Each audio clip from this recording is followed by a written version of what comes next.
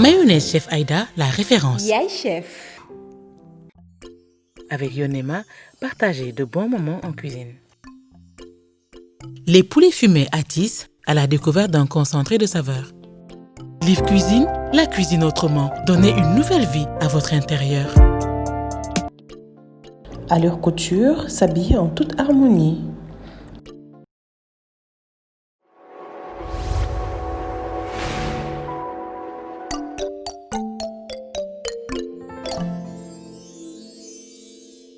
Bonsoir chers téléspectateurs de Appétissant, bonne et heureuse année 2021. Donc nouvelle an la ñu wax ay nouveaux produits ak chef Aïda. Donc tey nag balaa may commencer di leen wax samay plat ak yi ma leen naral yëpp dama leen di njëkk a wax ne que ne chef Aïda cadeau de fin d'année tey daf leen jagleel benn moutarde bu bees, une moutarde forte, moutarde bu neex, moutarde bu boo xamante ne nii bu appétissant daal macha allah moom la ñu indil. Tey nag moom dama leen nar a defaral ay plats yoo xamante ne nii. Samay accompagnement ce sera à base de la moutarde forte de chef Aïda. Donc plat bi ma leen indil tey c'est des brochettes de kefta avec comme accompagnement une sauce moutarde chef Aïda et comme entrée ma indil leen feuilleté jambon fromage. Donc feuilleté jambon fromage bi aussi dinaa ci utiliser la moutarde forte de chef Aïda waaye duma fàtte benn yoon mayonnaise bi ak huile bi ndax ñoom ma njëkk a dooleel moutarde bi ñëw tegu si. Khadija ñëw defaral ñu dessert bu jaar yoon comme d'habitude. Donc damay njëkk a def le sel. Après ma def poivre bi. Dama bëgg brochette de kefta bu saf donc damay def à volonté. Ma ñëw def sama nokkos bi am na ail, am na piment de Cayenne, am na poivron et tout est bio. Léegi damay mélanger.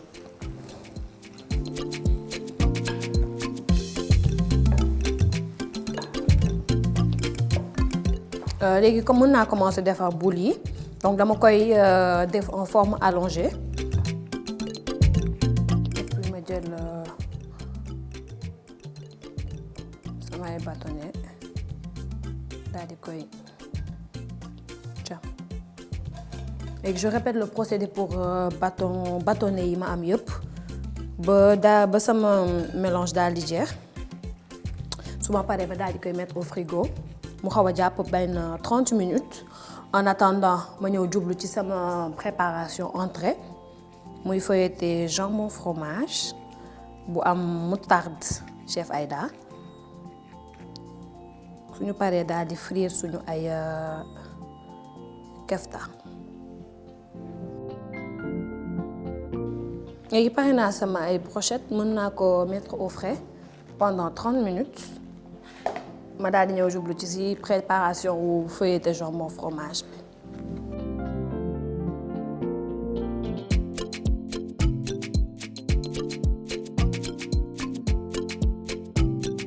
Bi ñu defee nag suñu ay brochettes au frigo léegi damay ñëw jublu ci préparation wu sama entrée bi feuilleté jambon fromage la. Damay étaler d'abord la pâte à feuilleter. Léegi su ma étaler pâte à feuilleter bi ba pare damay jël sama moutarde la moutarde forte de chef Aïda.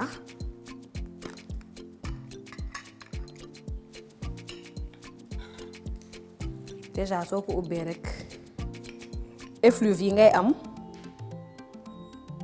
macha allah. Léegi su ma badigeonner la pâte avec la moutarde forte de chef Aïda damay réserver sama pot ndànk ndax après dinaa ko soxlawaat pour defar sama sauce moutarde. Léegi mën naa commencer sama disposition damay jël sama ay tranches de jambon ma daal di koy disposer ba mu recouvrir carrément pâte bi. Léegi ma jël sama emmental râpé ma daal di ko ci parsemer.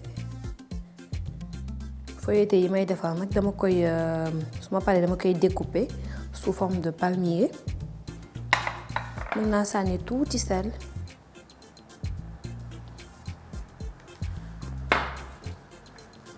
ak tuuti poivre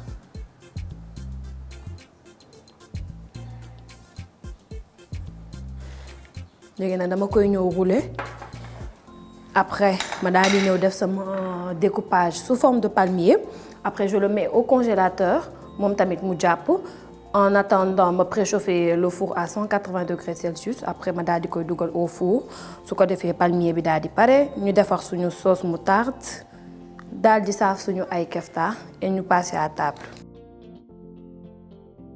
léegi roulé naa pâte bi ba pare dama koy ñëw mettre au frais pendant 20 minutes après ma daal di koy génneewaat doog découper sous forme de palmier avant de le mettre au four. xam naa ne su ma koy dugal war na mën a fekk suñu kefta yi daal di jàpp. léegi damay ñëw jublu ci friture brochette kefta yi léegi damay def benn filet d'huile ci poêle bi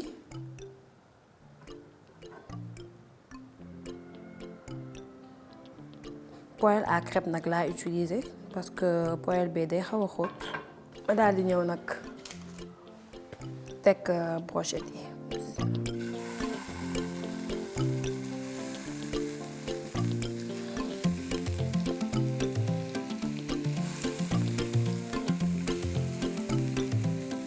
léegi damay xaar brochette yi jàpp su jàppee après ma daal di retourner beneen côté bi et puis je continue le procédé pour brochette yi des su ma paree ma daal di réserver ñëw defar sama sauce moutarde génnee sama pâte feuilletée au frigo daal di koy ñëw def au four.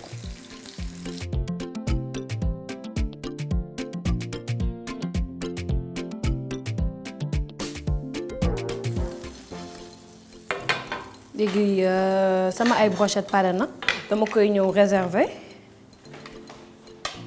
léegi nag damay ñëw dem au frigo xam naa sama pâte à feuilleter bi ma jencoon war na pare léegi dama koy génnee ñëw indi sama plaque daal di commencer def sama découpage sous forme de palmier après ma daal di koy dugalaat au four pour benn 30 minutes ñu daal di passer à table fekk ñu defar suñu sauce moutarde miel mayonnaise chef Aïda.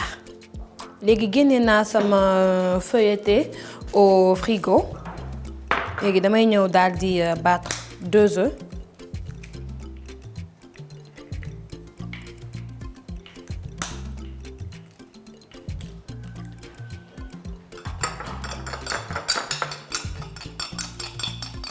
léegi su ma paree ma daal di koy badigeonner ci kaw pâte bi à défaut de pinceau on peut utiliser notre main.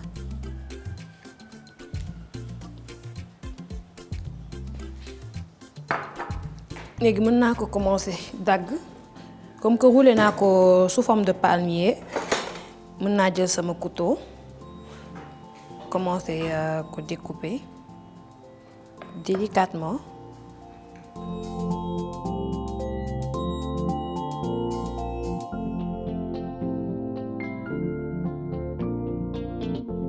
léegi nag daanaka plat yëpp pare na defar nañ suñu entrée defar nañu plat de résistance bi sauce moutarde bi moo des alors sauce moutarde bi comme ni ma leen ko waxee woon sànq rek tey waa chef Aïda dañoo indil gan bu bees indil ñu moutarde forte la vraie moutarde en tout cas xam naa ne moom vraie moutarde la ndax raxuñu ko dara odeur bi du changer te goût bi moom macha allah. dinaa soxla aussi mayonnaise chef Aïda moom tamit nag moom dafa incontournable ci sama waañ donc ñàkk koo utiliser ci samay plat wóorul pour defar sauce bi donc mélange lay doon damay mélanger mayonnaise moutarde ak sama ay condiments donc mën naa commencer par mayonnaise bi léegi mayonnaise bi mën naa def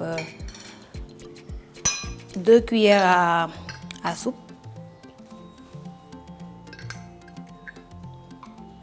De mayonnaise chef Aïda.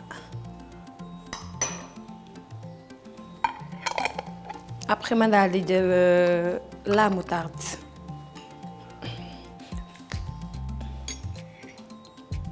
Moutarde bi mën naa def 3 cuillères.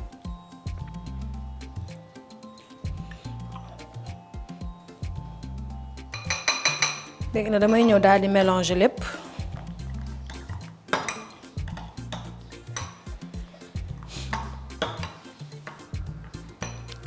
def benn pincée de sel def tuuti poivre def un peu de miel pour contraster goût bi daal di mélanger.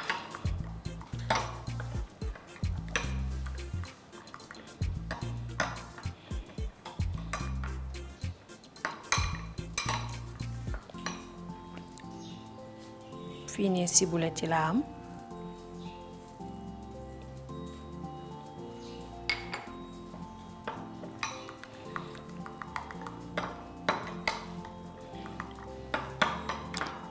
lii rek su ko defee am nañ suñu sauce moutarde waaye su ma neexee tamit mën naa jël benn filet d'huile chef Aïda comme que ñoom moom fépp la ñuy dem fépp la ñu mënee ma daal di ciy def tuuti histoire de délayer un peu la sauce pour mu bañ a compact de trop.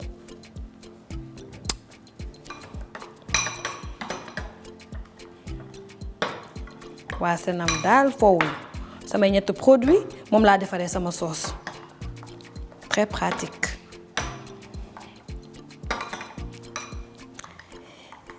et puis voilà suñu sauce moutarde pare nañ gis ngeen defar naa ko en moins de 5 minutes sama ay produits chef Aïda laa ko defaree mu jaar yoon bay bëgg a dee léegi nag damay daal di réserver sama ay plat rek dem solu ji ba jekk Khadija ñëw defar ay dessert am su ko defee ma daal di accueillir sama invité présenter ko samay plat présenter ko sama xarit bu bees bii di moutarde chef Aïda ñu daal di waxtaan lu neex à tout de suite.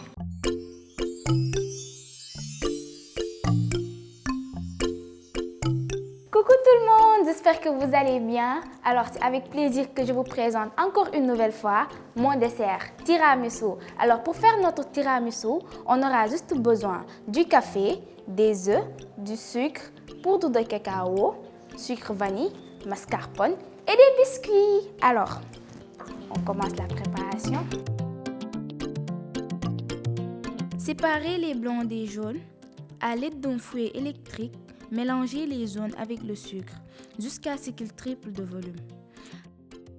Montez les blancs en neige et les incorporez délicatement au mélange précédent et réservez.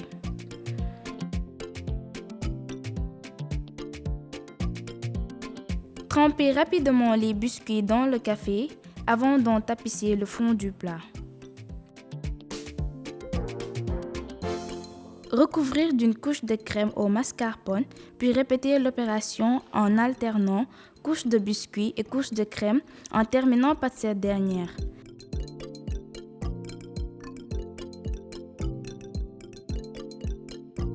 Saupoudrer de cacao, mettre au réfrigérateur 4 heures minimum, puis déguster frais.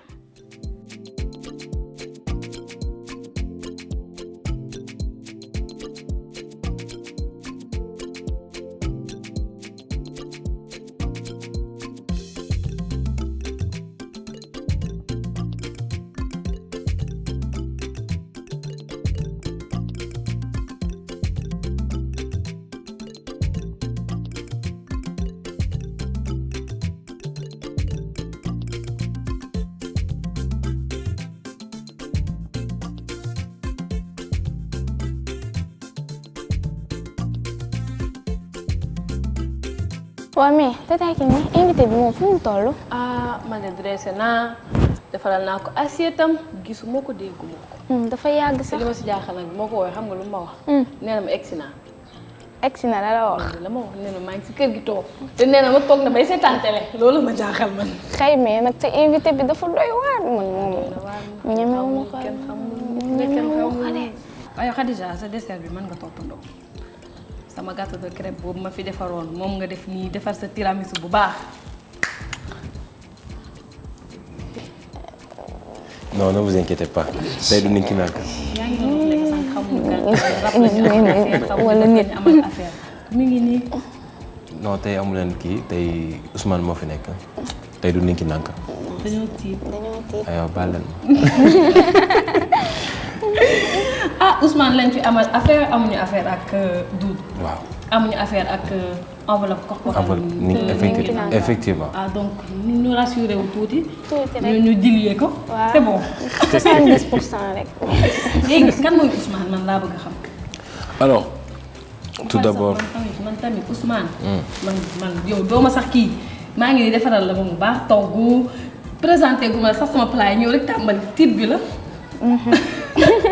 defaral naa la ay brochette kafta.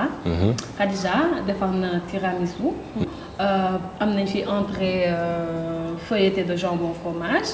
defaral naa la sauce moutarde. parce que dañoo am gan bu bees. muy moutarde chef Aïda. voilà bokk nga nag ci ñi ko njëkk a dégusté. ah ouais voilà donc man damaa sélectionné samay gan yi nga xam ne bu ñu ñëwee ñoom laa koy jox ñu dégusté ko. loolu ci nga bokk. je suis content alors ouais, c'est un plaisir. am nañ fi aussi mayonnaise chef Aïda. mayonnaise chef Aïda accompagné ko suñu ay plat rek. waaw xam naa ne bu ñuy dégusté. boo tàmbalee nii. Khadija dina la ci servir. waaw mu servir ma ci. ma kii ko ma mos si. nga mos si waaw mos. déjà man mos doole am na. mos bien sûr fii mos doole après yóbbaale sax. ok kon il faut ma ñam kon ba pare ma soog a xool affaire lu muy joxe. mais li muy xeeñ neex na de. macha allah chef Aïda ñoo ngi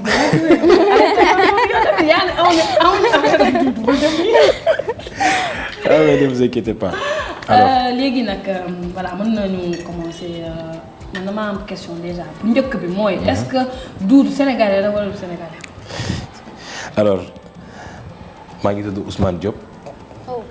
Ousmane Diop sénégalais pire waaw sénégalais pire fii laa bokk sénégalais laa de waaw maa la gën dégg wolof sax boo xoolee. waaw. gën ma dégg wolof yomb. maa la gën dégg wolof de waaw fuuf sax. may naa loolu. ok bismillah ci plat bi Ousmane. kon mën naa kii. mën naa kii mos bon appétit. ay merci beaucoup donc damay commencer ci bii daf mel ni bii mooy kii bi de ah. bii entrée bi la. entrée bi de ah. feuilleté bi. ok xaaral ma xool lu muy joxe. ok neex na de ah. ok xaaral la mayonnaise.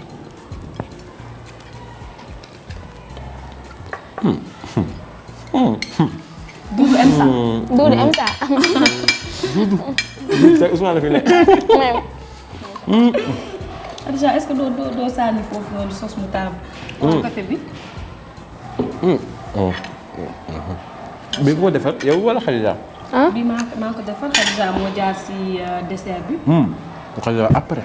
Khadija après la. après. oui tu as tout ton temps. après mais affaire bi neex na trop. prends tout ton temps autant pour moi. merci beaucoup. donc première question bi ma lay njëkk a laaj mooy qui est Ousmane Diop. alors maa ngi tudd Ousmane Diop nit ñi sax Ousmane la gars yi gën a xam ko Ousmane sax boo xoolee. Ousmane la gars yi gën a xam parce que fa nekk tur boo xam daf ma topp depuis très longtemps quoi. vraiment am na sax ñu may woowee Os vraiment alors Ousmane Diop je suis sénégalais. ci milieu mode bi la ma gars yi gën a xam je suis mannequin top modèle international. waaw am naa raaya yu bëri nag à l'échelle internationale waaw. macha allah waaw waxuma trophée de raaya laa wax nga xam ne dégg naa wolof. yow nga xam ne kii nga. vrai sénégalais Saint-Louisien. effectivement voilà Saint-Louisien bu ko fàtte voilà donc mi ngi noonu Ousmane Diop mannequin top modèle international acteur. waaw raaya yooyu boo ci mënoon a xuus tuuti. wax ñu kii defal ñu particularité yi bu ci nekk.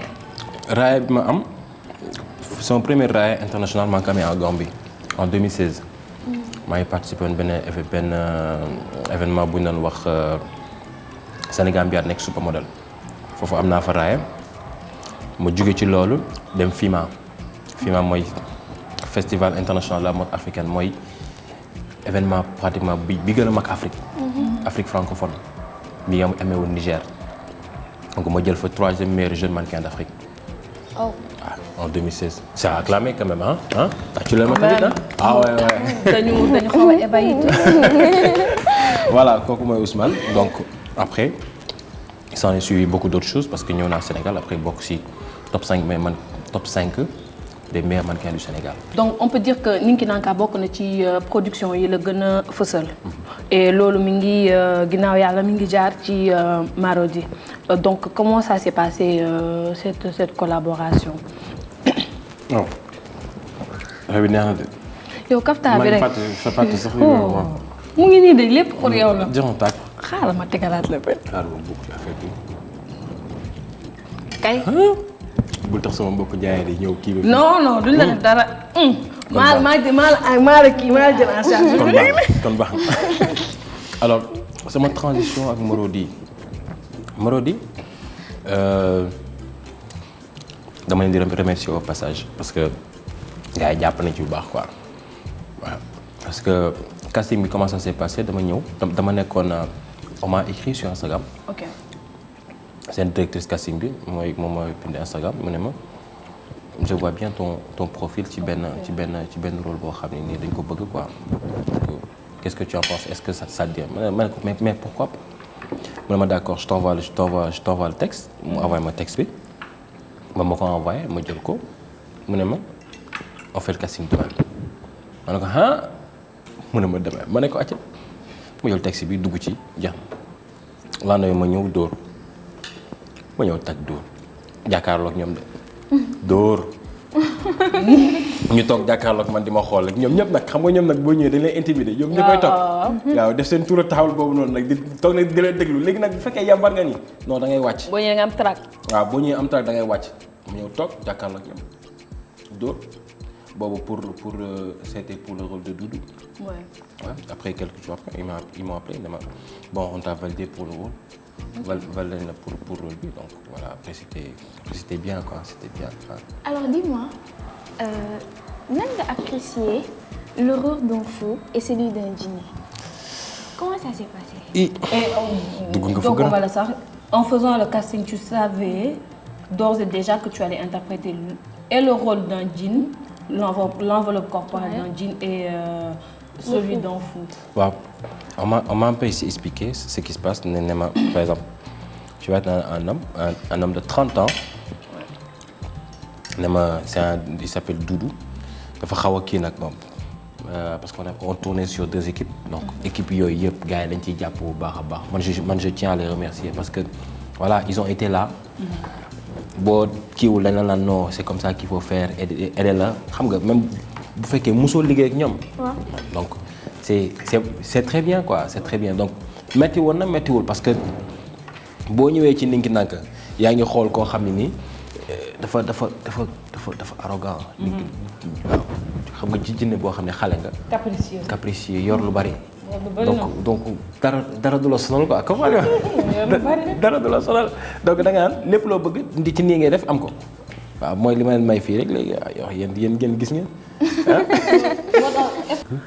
ay Ninki Nanka la gën a amal ay similitudes enveloppe corporelle Ninki Nanka la gën a amal ay similitudes wala Doudou la gën a amal ak ay similitudes.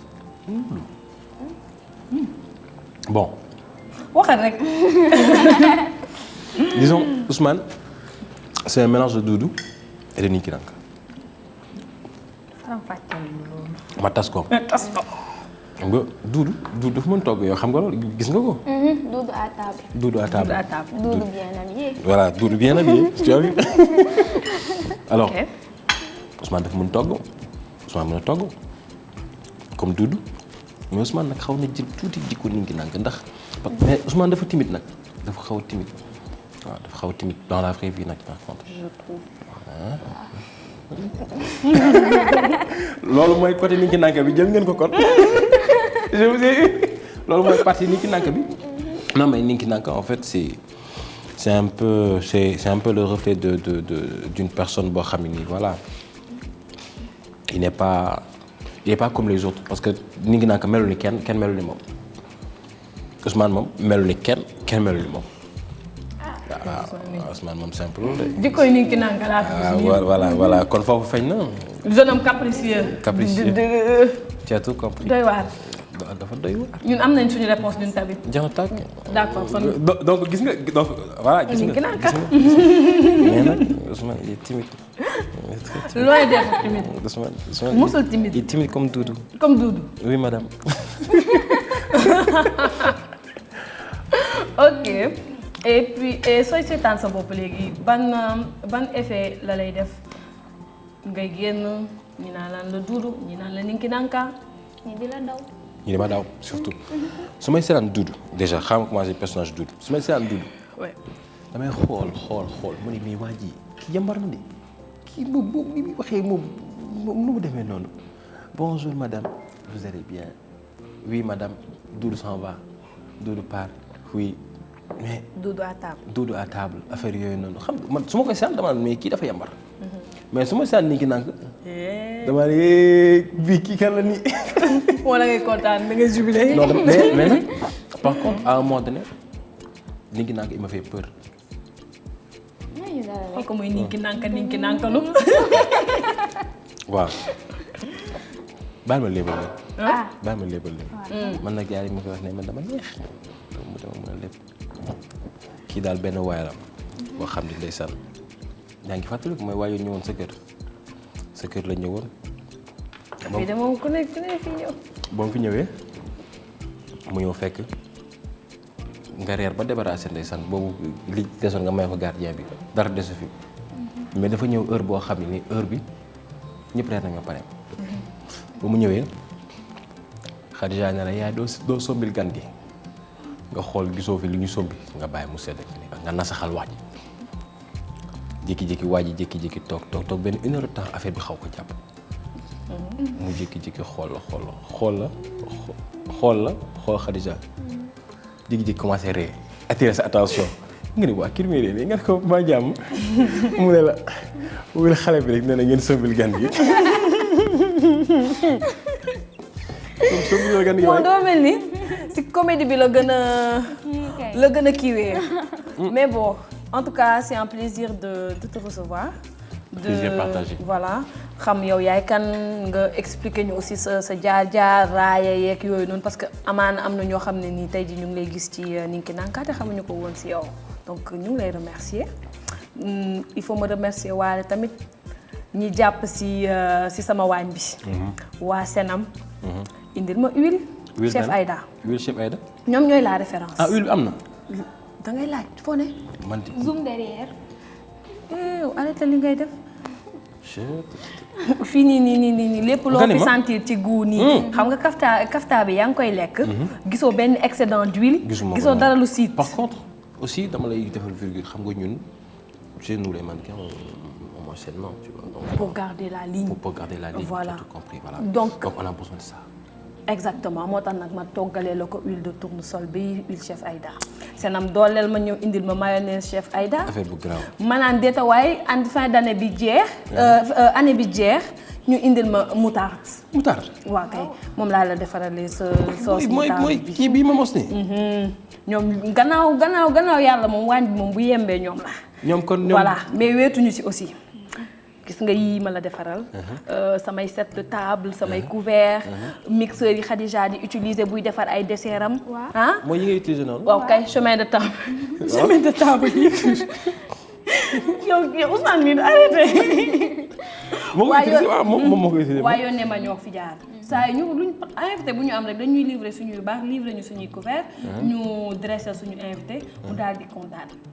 lépp luñ fi togg. macha allah volaille rafet na de. waa poulet atis ñoo fa jaar. d'accord volaille poulet atis. poulet atis. waaw poulet fumé. am nañu ay blanc de poulet. merguez steak de merguez lépp ñoom ñoo fiy jaar. macha allah donc Live Cuisine aussi ñëw xam nga soo duggee sama kër gi. bu allah yanjee nga gis sama waañ bii nii. Live mooy waaj Live ñii. Live mooy ñii. waaw ñun de macha allah de. Doudou xaw Doudou. moom taaru na de. Doudou bi mooy bëgg a rey. waañ bi taaru na de moom. macha allah waa Live ñoo fi jaar. defar ko ni ba mu rafet donc ginnaaw yàlla ñoom ñoo defar sama waañ. macha allah ñoo may jàppale ci sama waañ donc sant ak ngërëm ñeel na leen. Khadija bu baax. war nga remercier yow waa yónnee ma bu baax ndax luñ la joxul ci mixeur baaxul. yow mais man j'attends de goûter. tiramisu bi. donc tiramisu voilà. Mayonnaise chef Aïda, la référence. Yaay chef. Avec Yonema, partagez de bons moments en cuisine. Les poulets fumés Atis à la découverte d'un concentré de saveurs. Liv Cuisine, la cuisine autrement. Donnez une nouvelle vie à votre intérieur.